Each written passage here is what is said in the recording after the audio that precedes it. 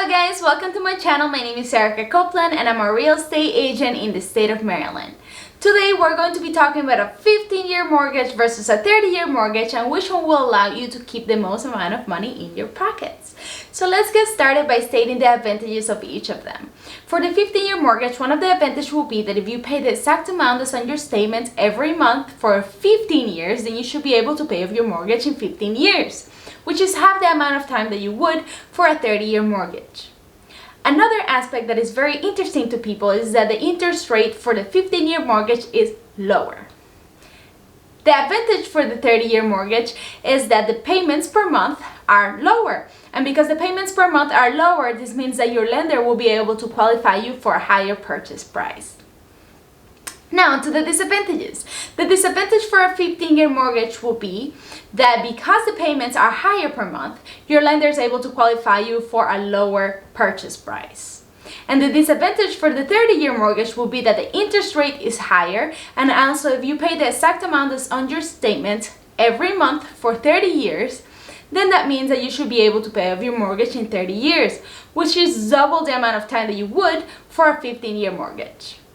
Now let's make this more interesting by bringing a real-life example into context. Say that you have a $250,000 loan. If you pick a 15-year mortgage, your interest rate will be 3.625%. And if you pick a 30-year mortgage, your interest rate would be 4.25%. I got these interest rates from a local lender in my area. But anyways, if you did, your monthly payments for a 15-year mortgage will be $1,802 with 59 cents, and your monthly payments for a 30-year mortgage would be $1,229 with 85 cents, which is the difference of $572.74 every month. So what does this mean? This means that if you pick a 15-year mortgage, you'll be paying an extra $572.74 per month because you picked the 15-year mortgage as opposed to a 30-year mortgage. If you pick the 15-year mortgage, that would mean that you end up paying $74,466 with 54 cents towards interest. And if you pick a 30-year mortgage, you end up paying a total of $192,745 with 90 cents towards interest. In other words, this means that for a 15-year mortgage and a loan of $250,000, you end up paying a total of $324,466.54. And for a loan of $250,000 with a 30-year mortgage, you end up paying a total of $442,745 with 90 cents. Remember how I said before that if you pick the 15-year mortgage, you have to pay an extra $572 with 74 cents every month? Well, what if instead you pick the 30-year mortgage, but you apply those $572 with 74 cents towards principal every month? If you did this, then you'll be able to pay off your mortgage in 16 years, which would mean that in the process, you'll be able to save $98,258 with 8 cents than if you had just made the regular exact payment of $1,229 with 85 cents. The advantage of this method is that it will give you a little bit of flexibility with the 30-year mortgage making extra payments. As opposed to the 15-year mortgage, you're obligated to make higher payments every month. A disadvantage will be that it still will take you an extra year to pay off your mortgage than with the 15-year mortgage. To really determine which option is going to be most convenient for you, we have to look at this from an investing perspective. So we're going to have 3 options, and we're going to analyze paying the mortgage and investing over a period of 30 years, and that way you can determine which one's going to save you the most amount of money. So for the investment option that I have chosen, I picked S&P 500 Index Fund.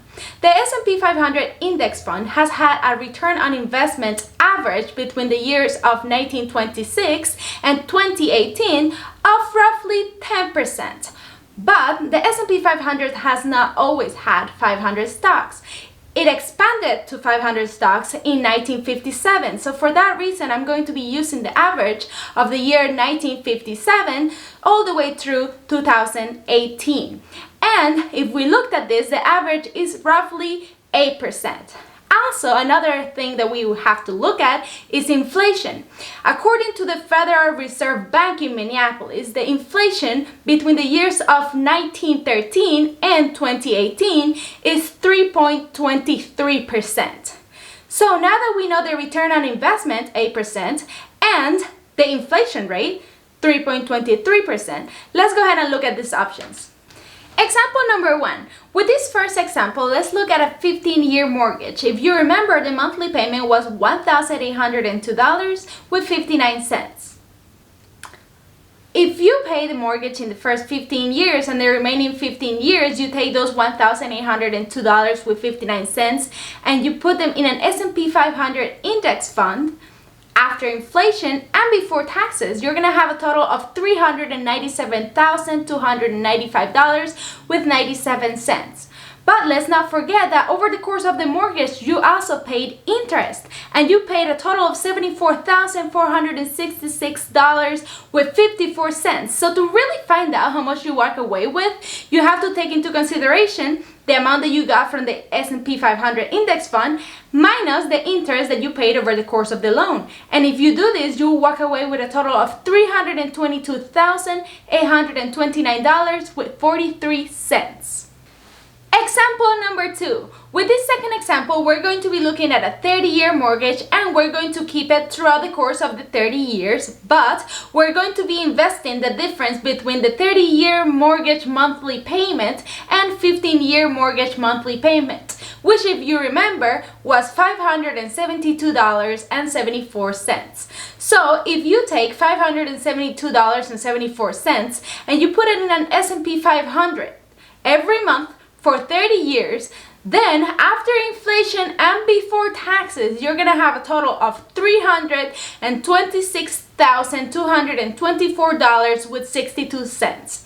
But again, we have to remember that we kept the mortgage for 30 years, and throughout those 30 years, we're also paying interest. So the interest that you will have paid after 30 years will be $192,745 with 90 cents. So to really find out how much you walk away with, you will have to take into consideration the amount that you get in the S&P 500 minus how much you pay in interest.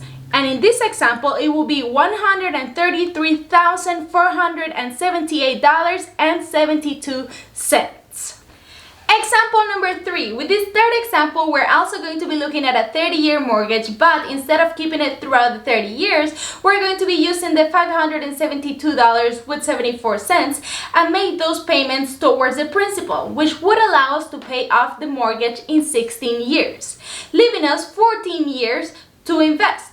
So if we make those payments that we made towards the mortgage, which was the original $1,229 with 85 cents plus the extra $572.74, and we put that towards an index fund for the remaining 14 years, you're gonna walk away with, again, after inflation and before taxes, $365,887 with 71 cents.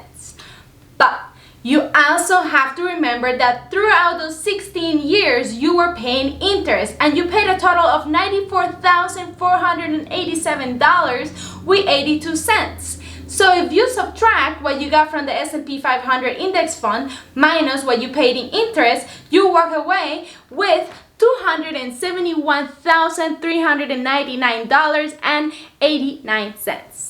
With these examples, you can see that keeping your mortgage for 30 years and investing those $572.74 was the option that kept you with the least amount of money. You were better off just putting those $572.74 into the principal, paying off your house in 16 years, and then continue to invest for the remaining 14 years. Finally, when you compare the option of paying off your house in 16 years and investing for the remaining 14 years versus the 15-year mortgage, you can see that the 15-year mortgage still allows you to keep the most amount of money in your pockets. Now, the biggest difference between the two would be the flexibility that the 30-year mortgage allows you to have. Versus with the 50-year mortgage, as mentioned before, you are obligated to make those higher payments every month. If you found this video valuable, please make sure to hit the like button. It's really going to help the YouTube algorithm to show my video to more people. And also make sure to subscribe and hit that notification bell so that you can be notified in the future whenever I provide more videos with some more value. Thank you guys for watching, and until the next time.